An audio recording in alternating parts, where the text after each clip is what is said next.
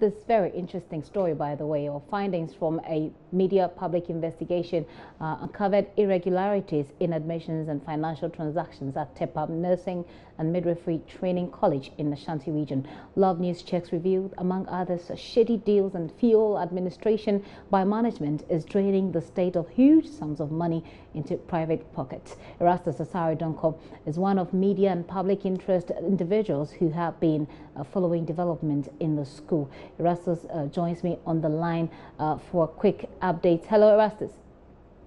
Yeah, Erastus, we've been playing this story throughout the day. It's a story that comes to a lot of people as not too much of a shock, but of course we're all surprised. What's the latest on the story? I must say that behind the scenes a lot is happening, but physically on the ground at the TEPA Midwifery School, nothing has changed. In fact, the principal in question, Victoria Amwa, is still at post. She's working as if nothing has happened. In fact, the signals we are taking from the corridors of power indicating some feet dragging, some cold, decisions in really attacking the problem head on and inquiring and doing further probe to bring whoever is involved under scrutiny. That has not been done. And so as I speak with you, the principal is still at the school, discharging her duties normally.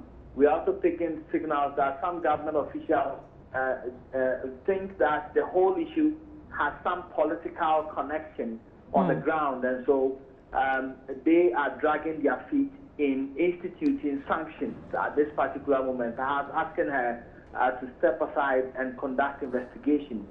And that is what is worrying many people who have led this crusade and revealing lots of documents indicating possible corruption of high magnitude involving huge sums of money. When you go into admissions, for example, we are talking about over 52,000 Ghana cedis that have been possibly, misapplied. And this woman is still at post as we speak. You say she's still at post, and I'm wondering whether she's been speaking to you, or whether or not whether the security, the school authorities have spoken to you. Have you made any attempt? Have they responded? In fact, we traveled all the way from Kumasi. It's about some 240 kilometers from here. We traveled all the way to TEPA at the school to meet her. She wouldn't meet us. She wouldn't talk to us.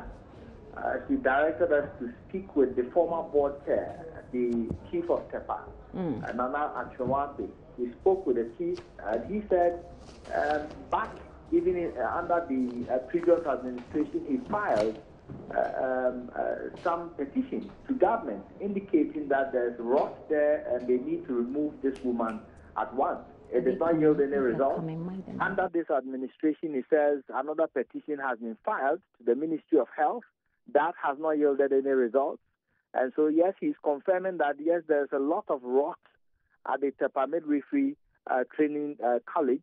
He himself says he has documents to prove that, but then the woman has a lot of powerful people, so-called, behind her, and so it's possible that it will go unpunished.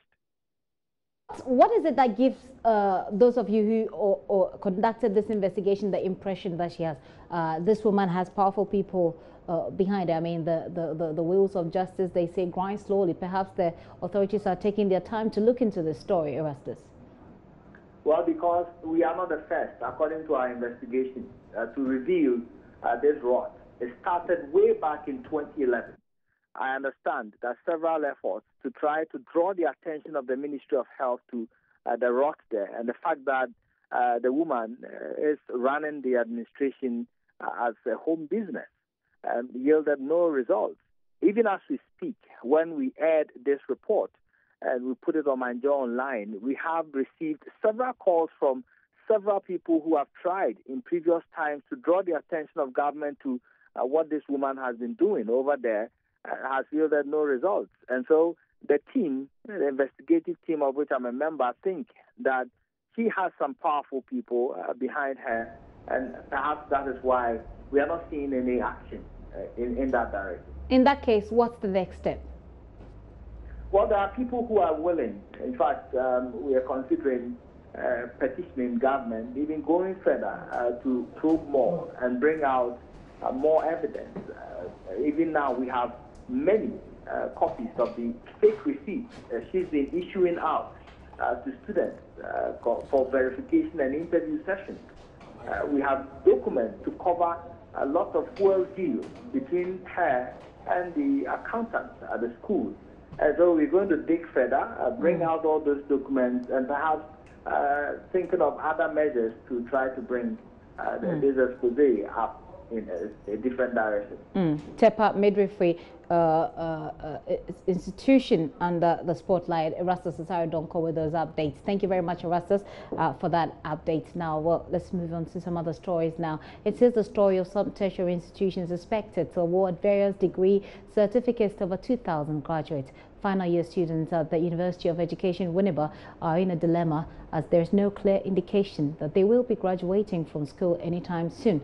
The graduation ceremony was to take place in April, but it has been put on hold because there is no university governing council. The point is that as we have completed school, there are some of us who did the course who are not in classroom. They are waiting for the certificate to look for employment elsewhere. Because of this decision, they are unable to do anything until maybe the determination of the case. Apart from that, those of us also in school now, we were waiting for the certificate so that we can do upgrading because we look at cost of living. Now, it's not also in. Apart from that, we are also told that 2017, if you are not a diploma holder, it means that you cease to be a teacher. We don't have a certificate now, and we don't know when that decision is going to be implemented. So, in fact, we are in a mess. We don't even know what to do now.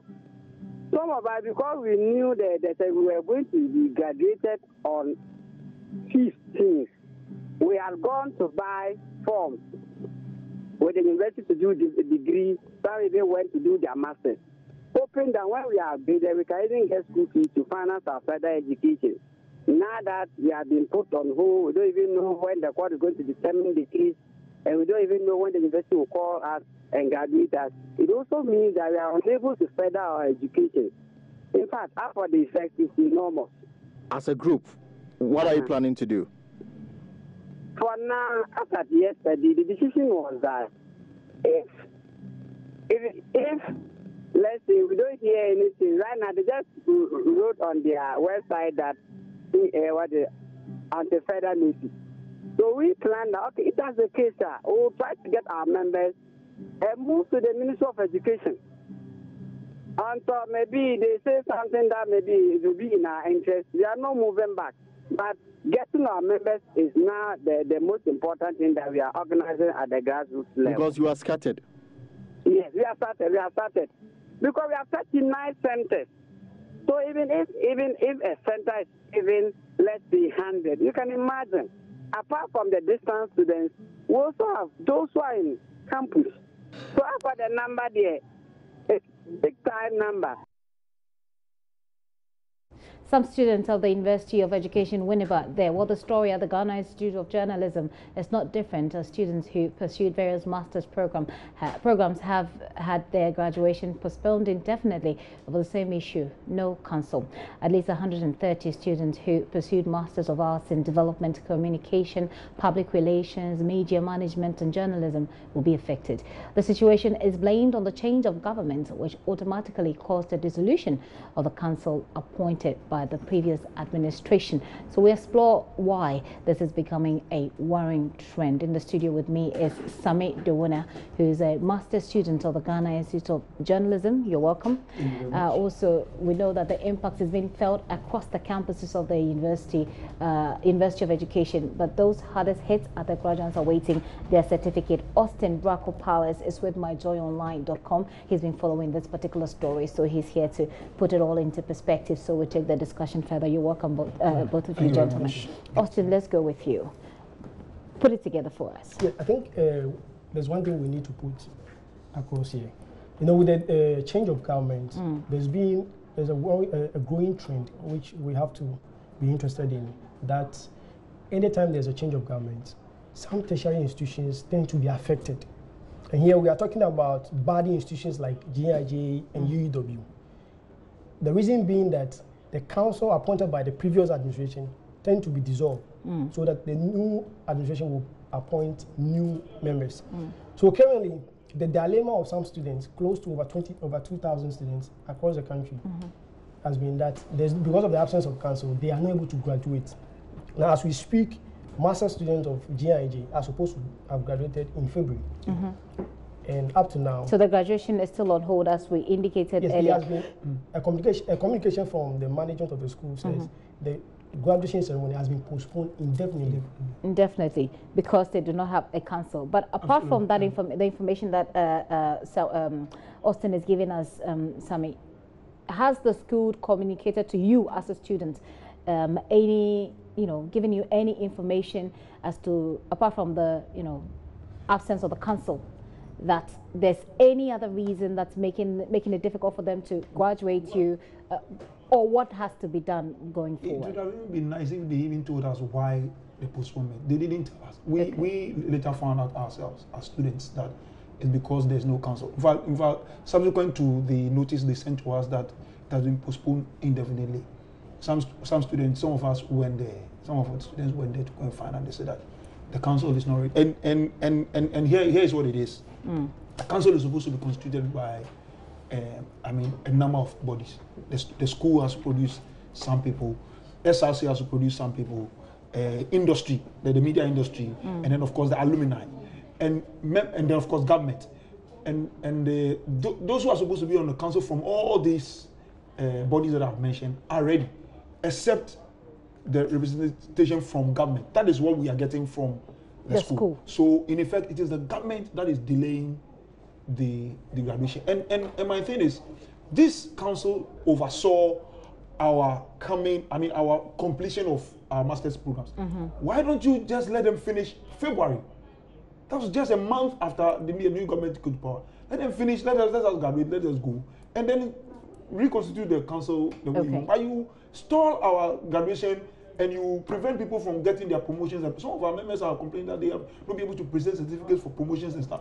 And they worked hard for this. They paid and worked hard for this, and you are just stalling it because of politics. I mean, I don't think it's fair. You think it's because of politics, Austin? We were supposed to have spoken to the member of parliament on the Committee of Education. We didn't get that, but I believe that you've interacted with him. But then, what do we know from your following of this story?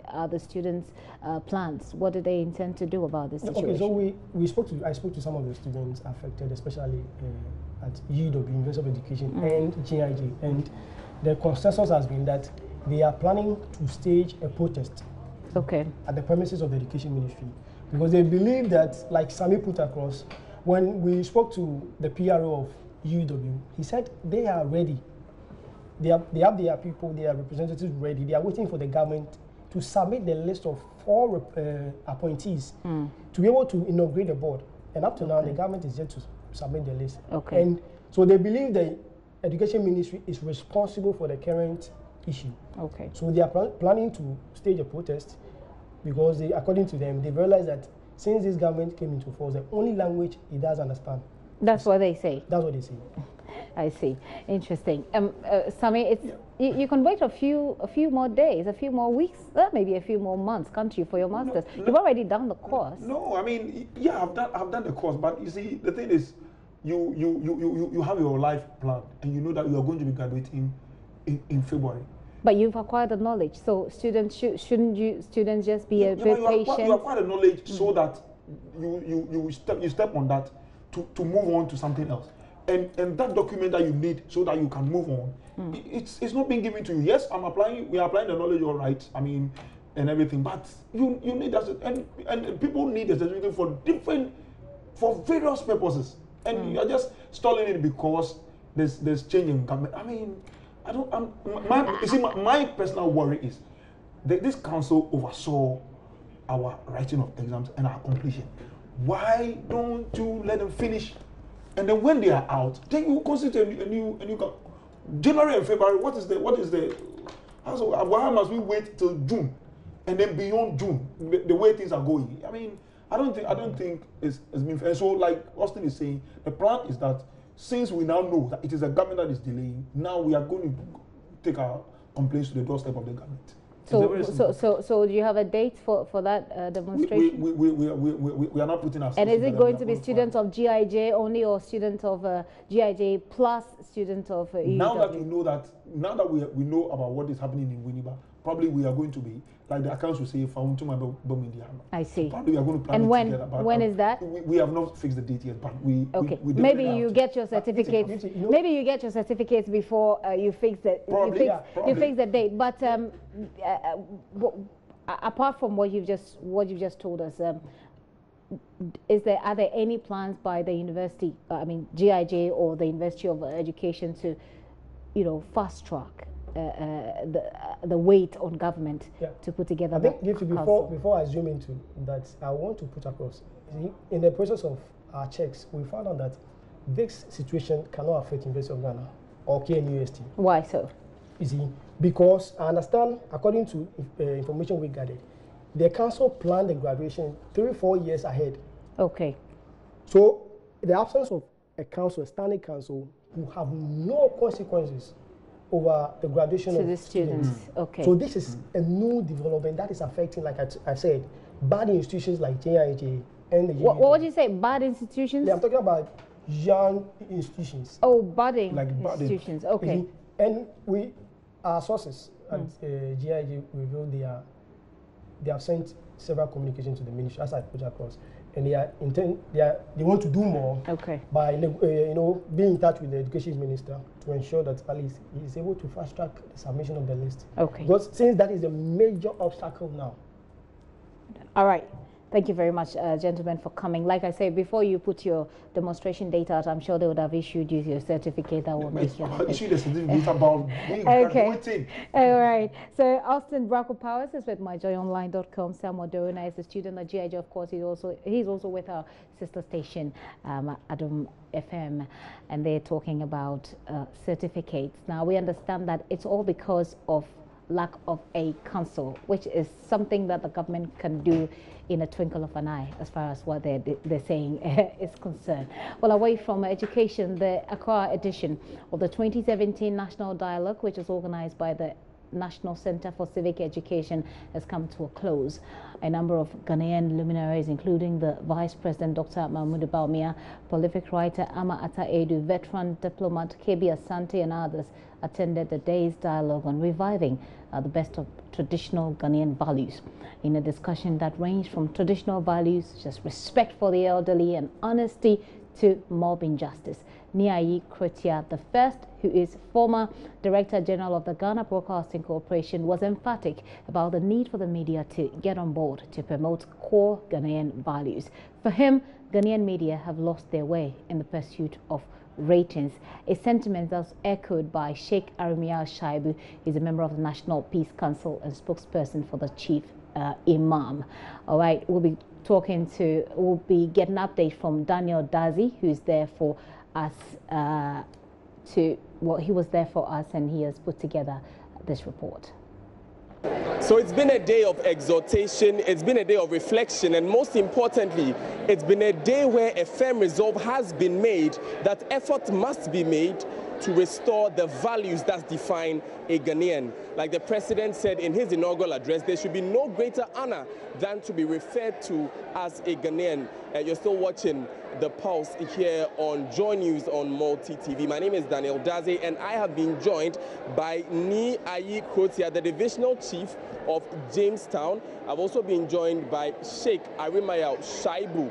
He is with the National Chief Imam. We just want to expand the discussion of some of the major points that we have heard. But before we go into expanding the discussion, just a quick run through. We had a guest of honor, the Vice President Alhaji Dr. Mahmoud Bawumia, who exhorted Ghanaians to support the NCCE, went through some of the issues that government has done when it comes with some of the ways that government has resolved challenges faced by the NCCE, our eminent panel, Professor Stephen Adair, Professor Amata Edu, Mr. KB Asante, Professor VCRAC Crab, who espouse the values that we should have as Ghanaians. Of course, our chairman, Nana Kobdan Ketia, the Omanhini of the Skado traditional area, was also on hand to close it all up for us with a remark. So let me just bring in our guests now. Thank you very much for joining us. Thank you. Thank you very much for joining us. Thank you. So, sir, let me begin with you. What, in your view, is the most important takeaway from today's discussion? Well, certainly the idea of re-examining ourselves in relation to the development of this country is very crucial, and it's very important. That's how I see it. And this can actually be distilled into the identification of a value system that will actually stand the test of time as a people, as a unifying factor, so that when it comes to movement and development and social cohesion, we'll see ourselves as coming up and redefining ourselves as enunciated by the founder of the nation, Kwame Nkrumah. Thank you. Let me ask you the same question, Sheikh. What is your most important takeaway? My most important note I've been taken from what has transpired is the call that we must get back to the home. Every citizen of this country was born into a family, and we all come from homes. And the home is the citadel of where all the values, the summation of our values and the source of our values come from the home. So if we are able to really establish a firm hold on our values and transmit them to children that we give birth to, it will translate into the decent mindset and decent public behavior. And I take it very, very seriously because if we're talking from the point of view of psychology, they say behavior is a product of interaction between genetic factors and environmental factors. So if we put aside the genetic factors, because we cannot do anything about them, but those environmental factors are so key and critical in defining who we are and the way we behave in society. And so the immediate social environment in which every individual is born is the family. And that's where the crucial responsibility lies. If we're able to do so, all other things will be easy. Right. The school's performance in terms of shaping our children will be much, much easier. Public institutions that are supposed to help will have an easy work to do. The police will have much, much easier work to do. It's definitely a very important part. With today's hustle and bustle of urban lifestyle, particularly in our urban centers, it's becoming more and more difficult for parents to even spend so much time with their children. What's the solution? I think that's where we are getting it wrong. Because, you see, life it's not all about wealth. You see, it's also about the values that helps you to enjoy a fulfilling life here, including matters of morality and relationships and social environment that guarantees you your protection and so on and so forth. That is why what working families must do is to draw a program of family activity that will create for them a space for consistent influence, especially on the children that are growing up from infancy, grow up to become youthful. Because any nation that has no plan and concern for the future of its young people live to see their doom and perdition into the future. Wow, let me hold you on that point and come to Nini. One place where older people, because the summary of what Sheikh was trying to put across was that the older generation must imbibe some values in the younger generation. You were mentioning during your submission that whilst you were in public service, you tried to imbibe some values within the companies in which you worked, but there was always a disconnect whenever you left there, in that the values you imbibed were lost. What do you think was the real problem, and how do we solve that? Well, it looks as if it's the psyche of the Ghanaian today. We have not actually come to terms with the real situation of our lives. We do not have common values that can be itemized. We all talk about things. Churches have their values. Traditional leaders have their values. Muslims have their values. And it looks as if any time that we come together, you see that even homes develop their own kind of value systems. And this is one of the things that it has come to a time now that we must come together and fashion out common national values that will actually stand the test of time, as I've said it earlier on. So the time has now come, because in the cities, for example, people travel from the rural areas to settle here. When they come with a set of values. Immediately they come to the cities, there are other things which actually truncate some of these values, and then they actually pick the bad ones, you know, and then leave out the good ones. And that is why we need to conscientize. Here again, I'm talking about the institutions. Media has a very important role to play in this. I've been the Director General of GBC, and I've been a Managing Director of Times.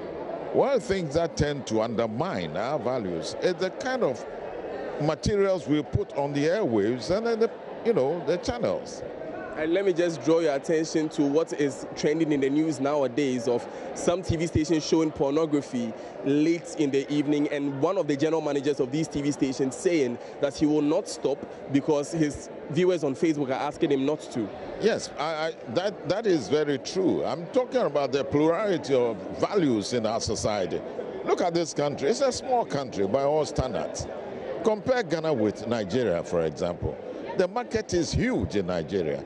And there are small people, and we have divergent value systems, which are not. During Kwame Nkrumah time, we had a censorship board, and it was controlled by the center because the party itself has a central committee which actually determines, the direction of this country.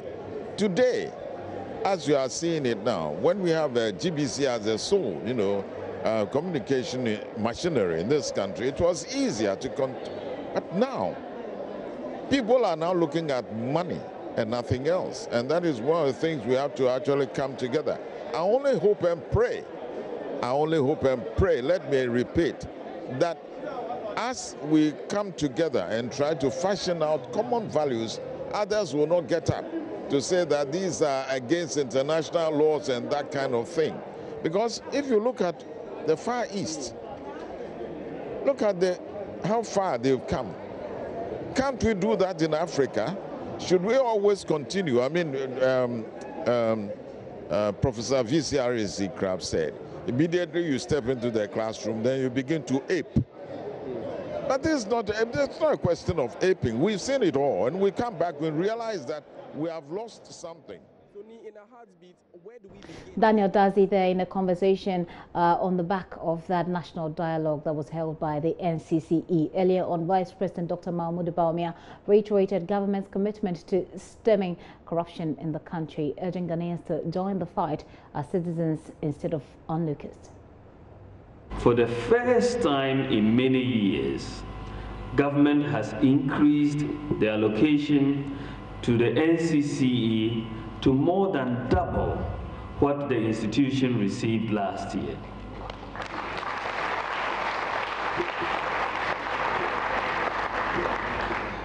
For the first time in many years, the NCC has also received an allocation for capital expenditure to support their work in this country. First time in many years.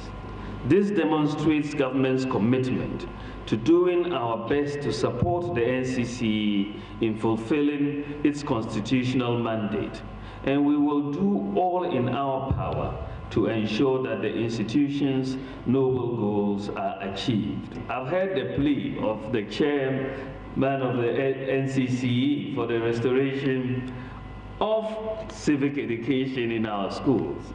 I support that pledge. God bless our homeland Ghana and make our nation great and strong. Thank you all.